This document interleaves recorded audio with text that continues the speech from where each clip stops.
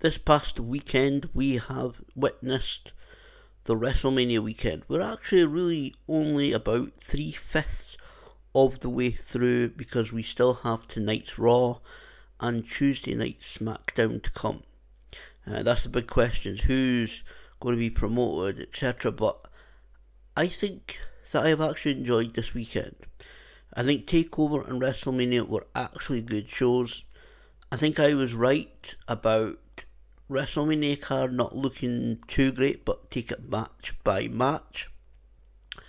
And that TakeOver Orlando would set the stage for WrestleMania, which I think it did. I'm going to go through and talk just in general, very generally and quickly about the matches, because I'm going to just do it in one video talking about NXT TakeOver Orlando and WrestleMania. First of all, TakeOver, because there's no point in really covering the Hall of Fame. It was what it was. Speeches, some great speeches, great to see Jim Cornette back, etc. TakeOver Orlando. Sanity, Eric Young, Alexander Wolf, Killian Dane and Nikki Cross defeated Ty Dillinger, Ruby Riott, Roderick Strong, and replacing the Attack No Way Jose was Cassius Ohno. This was actually a good match. To think that just last year in July in Edinburgh for Discovery Wrestling it was Killian Dane against Cassius Ohno, and now they're both a part of the WrestleMania weekend. Amazing to see. And Killian Dane, who I've known from the Scottish wrestling scene, what a weekend he had. Absolutely tremendous. In this match he got the pinfall to defeat for Sanity to take the win, and then he would actually take part in the Andre the Giant Memorial Battle Royal. What a weekend that is. Just so happy for him and Nikki for what they've achieved so far. Absolutely brilliant. It was a good match as well. Quite hard hitting. There was two big tag team matches on this show, and I think both delivered. I really hope that we see Sanity continue getting pushed in NXT, because I think they've got potential to be very good in NXT. I really do. I think there's money in them, and I think that WWE have a tremendous force when it comes to Sanity. Aleister Black defeated Andrade Almas in the second match. That was obvious. It was going to be a squash match. I kind of really, just to be honest, I can't remember the word, but it was going to be basically a squash match. Aleister Black, formerly Tommy End, he looked good. It's a lot of people's first introduction to him. I'm interested in seeing where the character development goes for him. But I think that was a nice kick to finish off the match. A nice roundhouse kick to defeat Almas. He did well. Look forward to seeing him continue on NXT television now. The Authors of Pain, Akam and Razor with Paul Ellering defeated DIY, Johnny Gargano and Tommaso Ciampa, along with Revival, Scott Dawson and Dash Wilde in that triple threat elimination match for the NXT Tag Team Championships. This match was really basically set out to show how tough the Authors of Pain are. How much punishment they could take, how, they're not just big, look overweight, I'm not sure entirely whether they are, but they're big guys. This was really to show their toughness, and that was the way it was obviously booked. I thought great interaction between DIY and the Revival when they mixed the tag team members and did a couple of their moves, like the Shatter Machine on the Authors of Pain. I think I got quite a few predictions right over the course of TakeOver and WrestleMania. I think it was great that Authors of Pain actually retained the titles, because I genuinely think those two guys, although again there's still some stuff to be worked on by the Authors of Pain, I think those two guys have a great future in WWE, and I was actually more than happy with the result of that one. Asuka defeating Ember Moon for the NXT Women's Championship was next. To be honest, it was a good match. Ember Moon is still kind of rookie-ish. maybe it's because I've not been able to really keep up to date with things the last few weeks, through again various reasons. I loved the way that they laid out the story for Asuka and Ember Moon, the sun versus the moon. The way they lay it out, especially in the opening video, um, the video package that they did, that really is a great thing. I was a little bit surprised that Asuka actually retained the title. Not sure who's going to take the title off of from Asuka in the future. Because again, I said in my predictions beforehand, I think that Asuka's going to the main roster very soon. But I like Asuka; she's really good.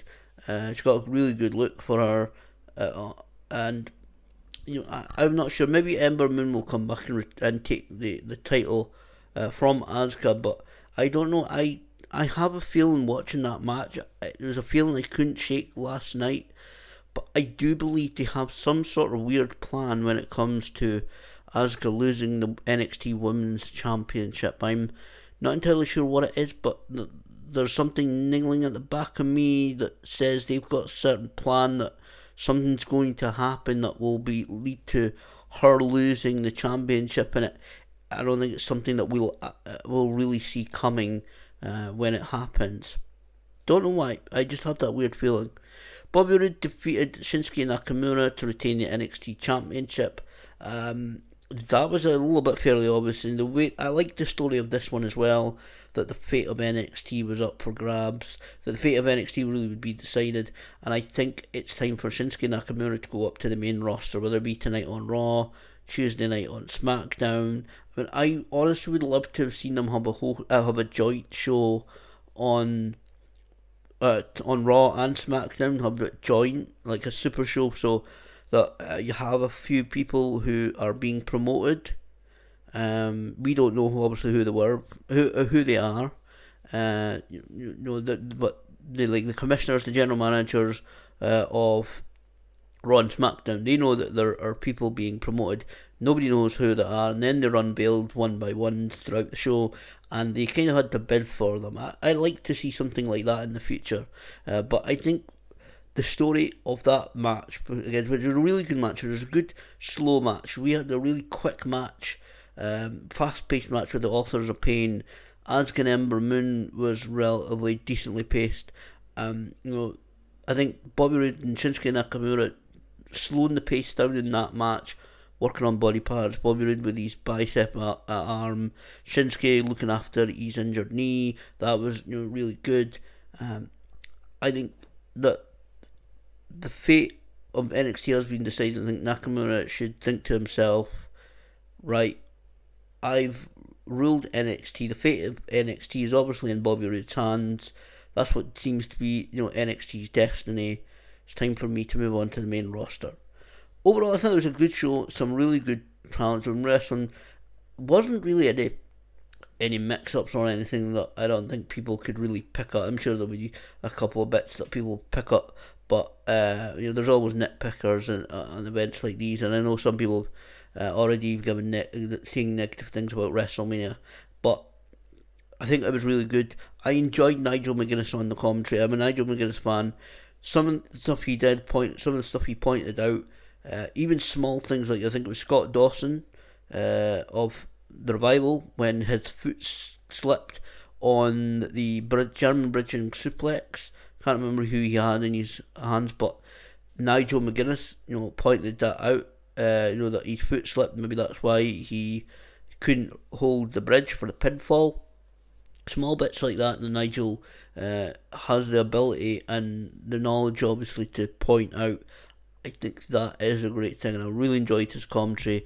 Hopefully, we will see him more on more takeover events. So, moving on to WrestleMania. 13 matches in total took place.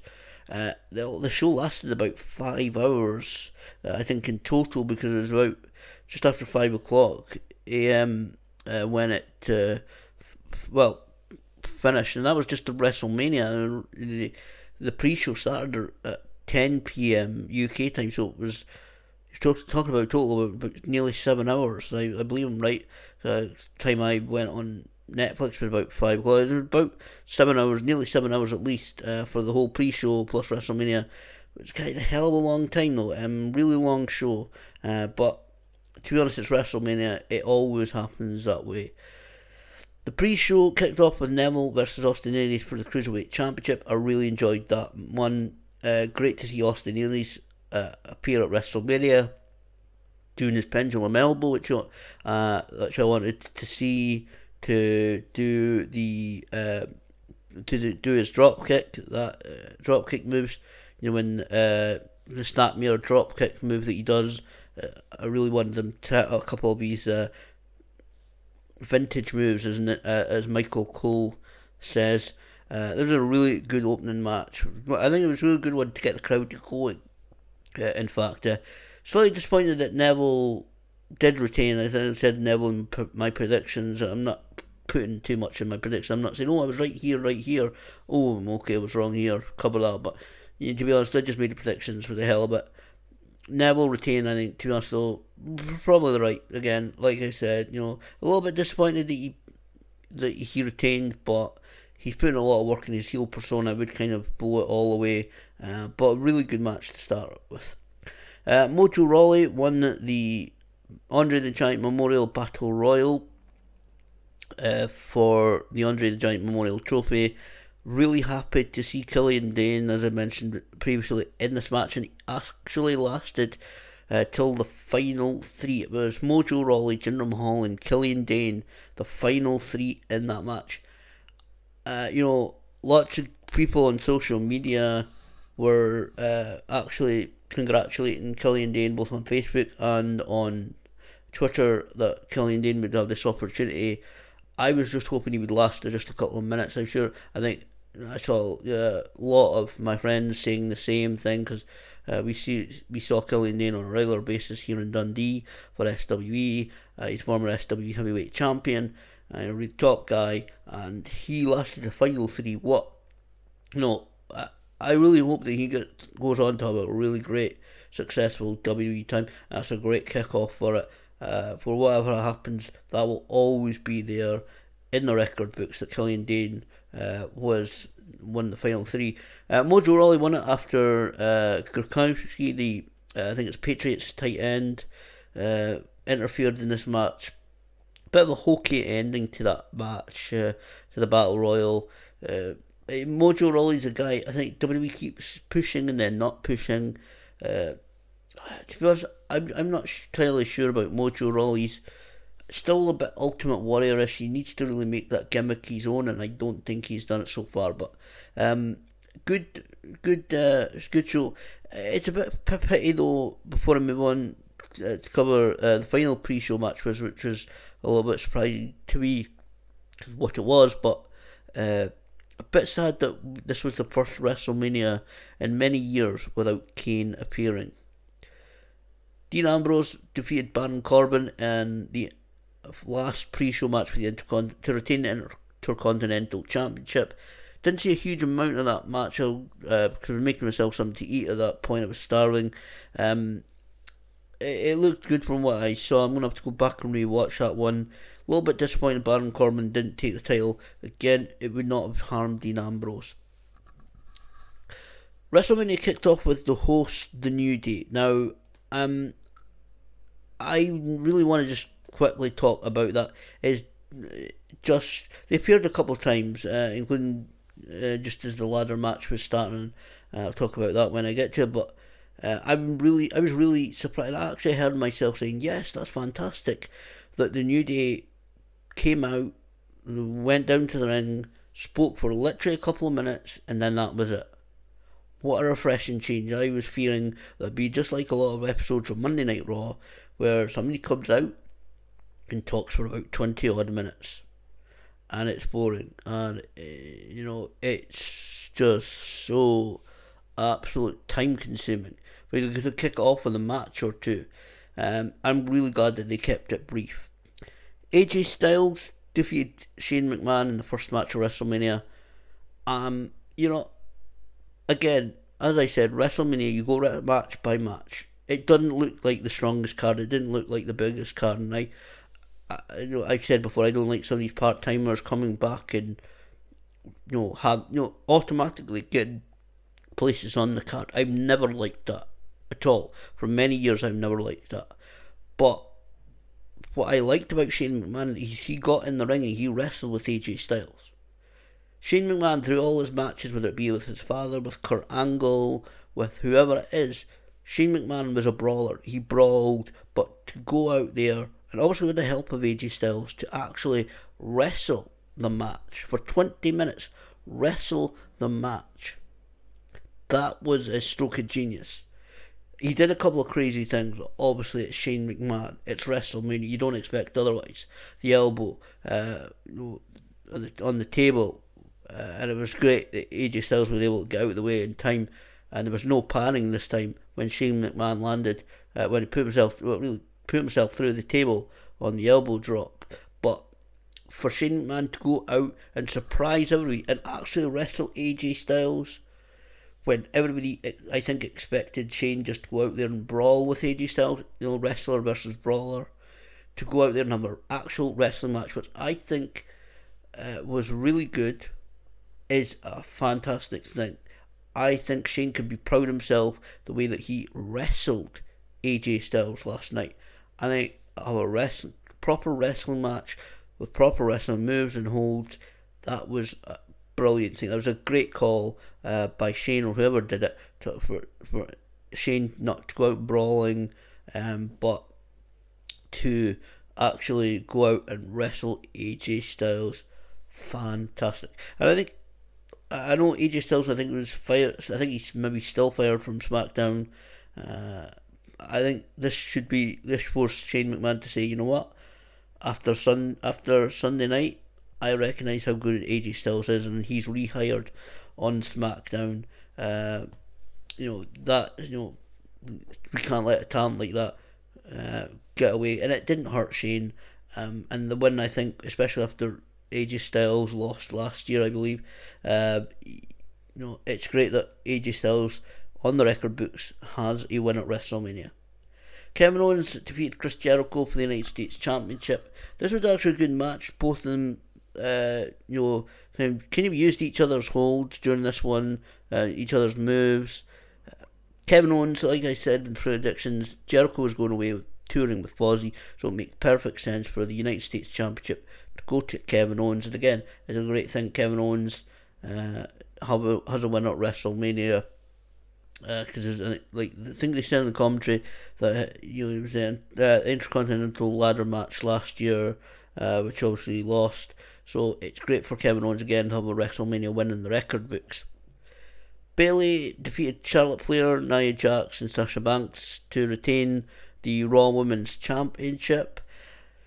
To be honest, I would have kind of preferred this to be the semi-main event, the second last match on the card, but because they do kind of tend to use the women in events like these as kind of a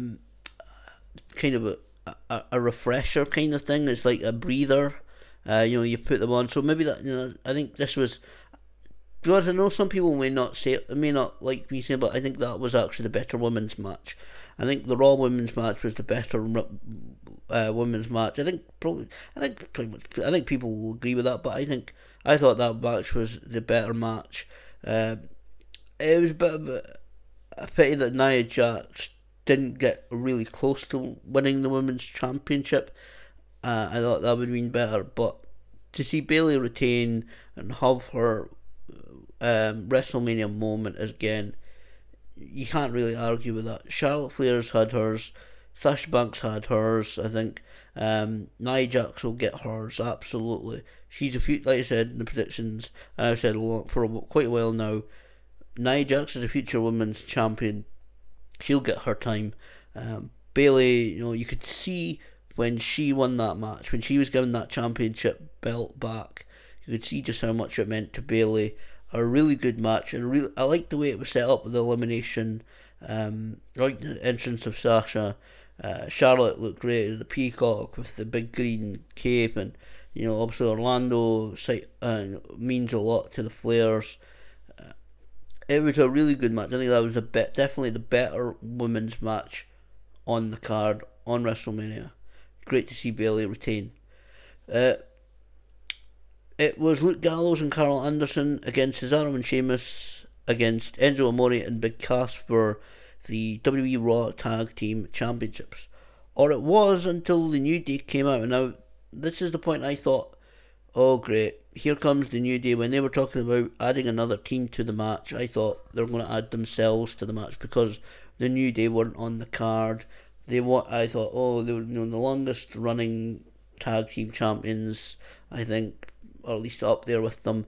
I thought they were going to add themselves to the card because they were hosting, because they could do that. But I was pleasantly surprised when they added the Hardy Boys. Matt and Jeff Hardy are back in WWE, and I think winning the Raw Tag Team Championship is definitely a statement that they are staying. This is not a one-off, a one and done, whatever you want to call it. They seem like they're staying, and it's great that this seems to happen. We had the Dudley Boys last year, and obviously the Dudley Boys are sadly done now, but we'll have the Hardy Boys come back now, and I mean that Swanton bomb off the ladder by Jeff Hardy, still that is a stunning. I mean, I thought that when I saw it, that was a stunning WrestleMania moment. That really was. That'd be something that will be played in the many years to come. The images of Jeff Hardy atop of the ladder, putting himself through. I think it was Sheamus. Sheamus and Cesaro were laid on the ladders. That will be played again and again. The Hardy Boys winning. It was great to see them back. I think pretty much everybody knew that they were coming back. It was just a matter of when. I'm not entirely sure whether it was better to have them at WrestleMania or tonight or tomorrow on Raw or SmackDown. But they got the pop, and I know that fans around the world, certainly my sister-in-law, are really happy. She was at a viewing party thing that I didn't feel like going for various reasons, but she went mental. I've seen the footage on Facebook. She went mental because she's a huge Hardy fan. It's a little bit of pain that it means it won't be available for independent dates, but great to see the Hardy Boys back in WWE. And like I said, with that win of the titles, they're certainly staying. Cena and Nikki Bella defeating Miz and Maurice. That I wasn't really into this match. Cena leaves me cold, if I'm honest. I think it was a bit of an obvious thing. Cena's going away as well, so I didn't quite get. I think said in the predictions again. I'm not keeping myself to the predictions, but I thought the Miz and Maurice should get the push to put them try and push them up the card a little bit, because Cena is going away to do other stuff after WrestleMania.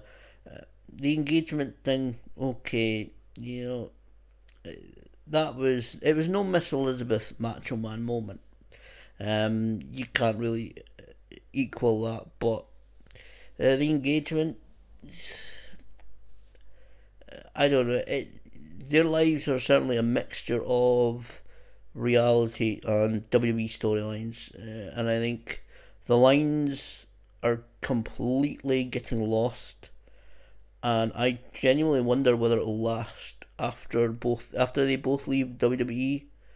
Both kind of go away from in-ring competition. If that's what happens in the next couple of years, I kind of wonder whether it will last between them.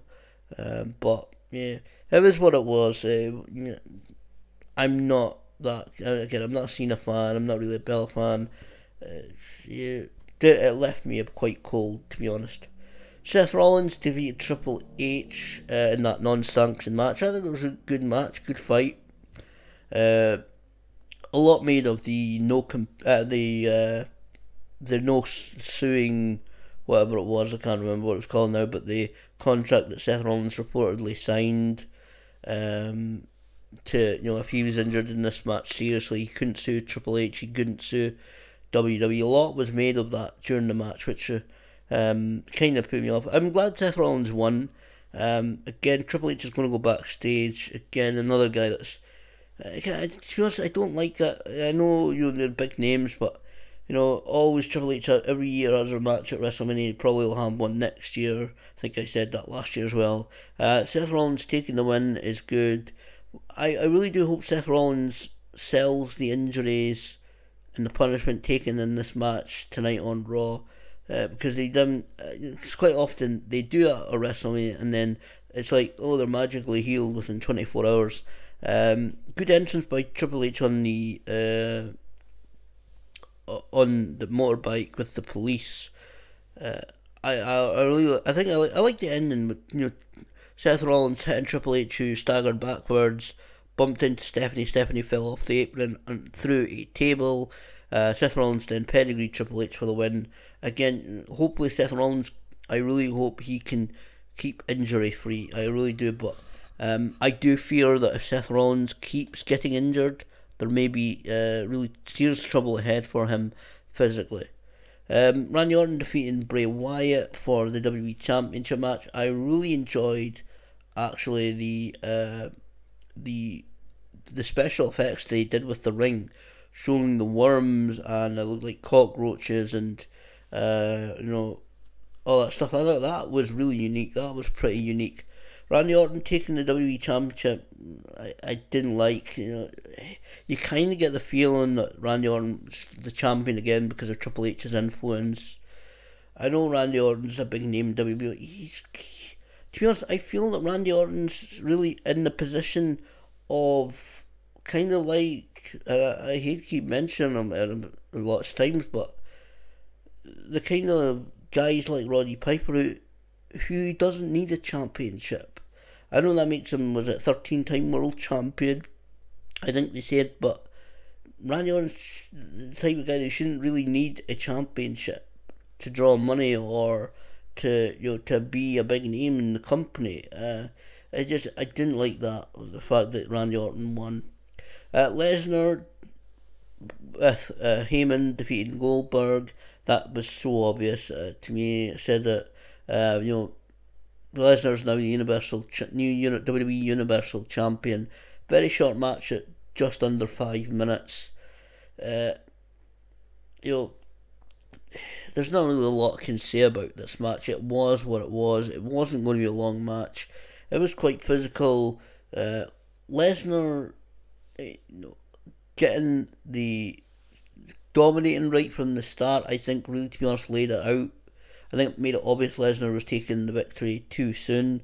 I would like to have seen Lesnar, maybe even in the couple of minutes they had, Lesnar fight back from underneath with Goldberg really dominating the match like he has done for many, many years.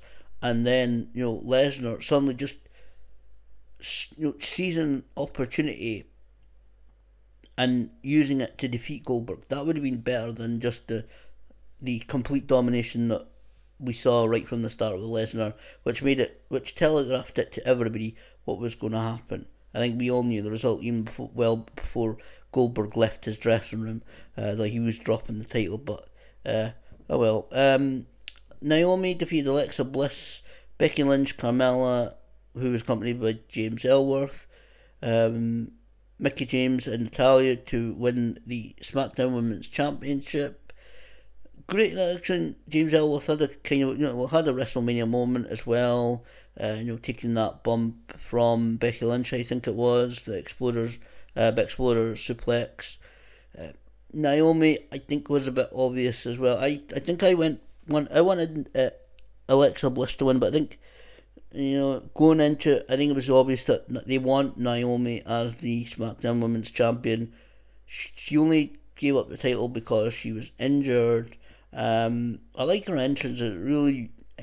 I don't think it worked quite as well as it could have. They left her pretty much in darkness, and I know her clothes were the glow, which actually reminds me of the thugs in I think it's Batman and Robin. I'm sure it is Batman and Robin when is it Chris O'Donnell, who plays Robin, steals the Batmobile when he discovers that Bruce Wayne is Batman. He goes down and he steals the car, and it's that classic moment of the Batman Robin film where Alfred phones Bruce Wayne, and says Robin has stolen the car, and he lists the car, and Alfred just says, no, the other car, the Vespa, no, the other car. I know Vespa's bike, but whatever it was, the Austin Mitchell, whatever the thing is, but like no, the other car, and Chris O'Donnell gets into a fight with neon thugs in Gotham. It kind of reminds me of that, but I would like to a little bit more glow in the actual arena. Maybe they couldn't do it, but a really good production values actually entirely through WrestleMania. But Naomi, I think it was a bit obvious, new SmackDown Women's Champion, only gave it up because of her injury. She's back on. Again, I liked the ring. At the end, after she won it, said feel the glow. I don't know how exactly they did that, but that was great. Genuinely, if you go back and watch WrestleMania, look at the production values of WrestleMania.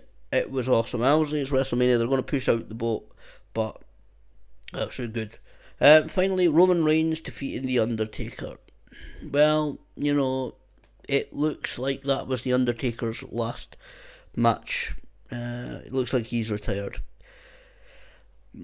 Roman Reigns winning, I don't think, was too much of a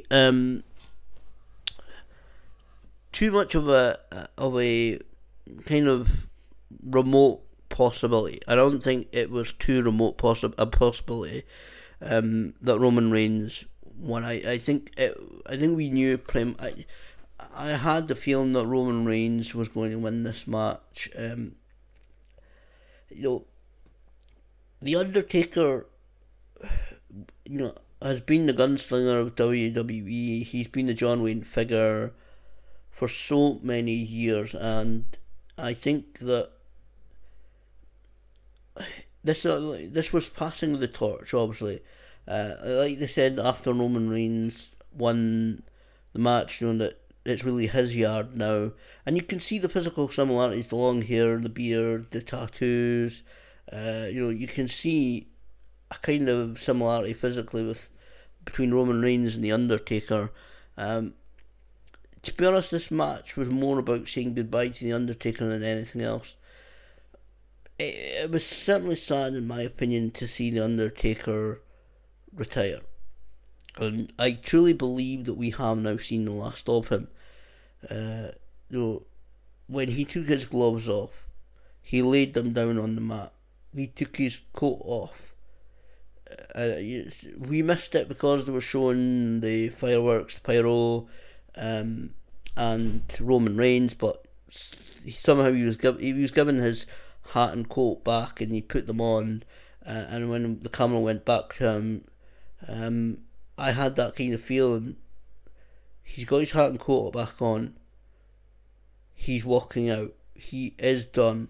That's really the start of when I felt, yeah, Taker is done for real. He took his gloves off, laid them down, took his coat, like I was saying, folded it up, laid it down, took off his hat, laid it down. He actually got out of the ring and kissed his wife at one point. Michelle McCool was standing ringside. I think it was his daughter as well. It looked like her.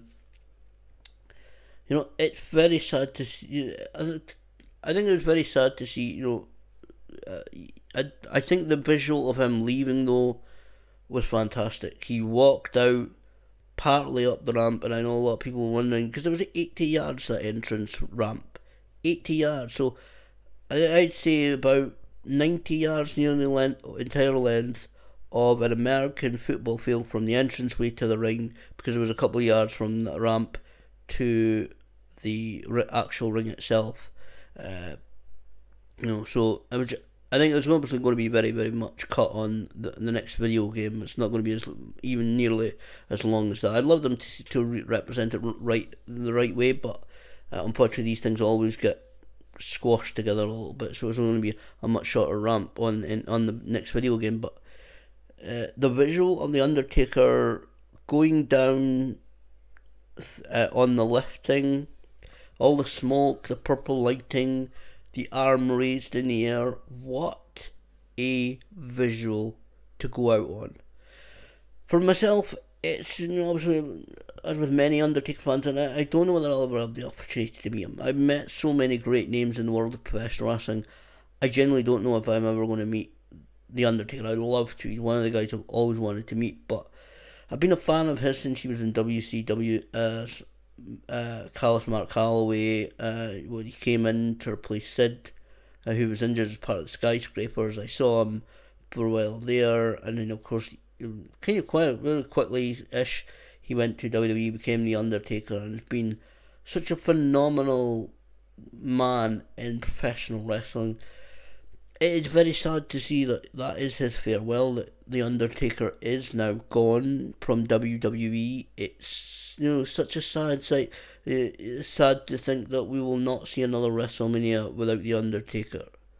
Next year, WrestleMania, absolutely, without a doubt, next year WrestleMania, he should stand tall as part of the Hall of Fame class of 2018. I know a lot of people are already calling for that, and I put my voice behind it. The Undertaker for Hall of Fame whenever he wants. If he wants it next year, if he wants to leave it a year or two, whatever, it's up to him. But certainly, Undertaker is a surefire Hall of Famer, and I would love to see that. But yeah, for long-time wrestling fans like myself, lifelong wrestling fans, to see the Undertaker walk away is such a sad moment. It's very difficult to end this video knowing what to say, because it's probably the saddest ending to a WrestleMania we'll ever see, because obviously not everybody's going to understand exactly what about that. Not everybody's going to understand the sadness that many wrestling fans will have today with the retirement of the Undertaker. I genuinely, if somebody asks me, because I know I might get asked that if I go to the next SW event or whatever, if I get asked, I genuinely think that was it for the Undertaker. It was a sad ending, but I think a prideful ending. Mark Calloway, the man behind the Undertaker's hat, the man underneath the clothes, the man behind the character, the man who today will make his way back to his home. I think he can be nothing but proud of what he did in wrestling. The legacy that he left, the Undertaker character, is one that will be never ever equalled. It will probably be imitated, but can never be duplicated, as the saying goes. He is going to be always remembered as one of the best and most respected. That's everybody. Even you go through Twitter, I'm sure many more people are doing it now as the world, as America kind of wakes up, or kind of get as people who have woken up in America today, not having been able to watch WrestleMania, is able to watch WrestleMania by about now. It's 6:15 as I record this in the evening in the UK time, but as more and more people have the opportunity over the next couple of days to watch WrestleMania, we'll see the outpouring of #ThankYouTaker on social media, and that is, to be honest, all I can end with. It was a good show. It was a really good show. The production values were really good. I think match by match it was better than I think some people said it would be. And again, I've seen some people who've been really negative about WrestleMania. And I'm going to go back and at some point, not today, but over the course of the next couple of weeks, go back and watch WrestleMania, because I've got the WWE Network. Of course I have. I'm going to go back and watch it. But match by match, if you take it match by match, it was a bit long, yes. Again, it's WrestleMania. They always push the boat out lengthwise for WrestleMania. But I think match by match, it was actually quite a good show. I think it was one of the better WrestleManias that we've seen. I don't think I would put up there as one of my all-time favourites, my immediate thoughts, but it was a really good event. I think people who took part in it can be very proud of it, and I don't think that history will judge this one very harshly. In fact,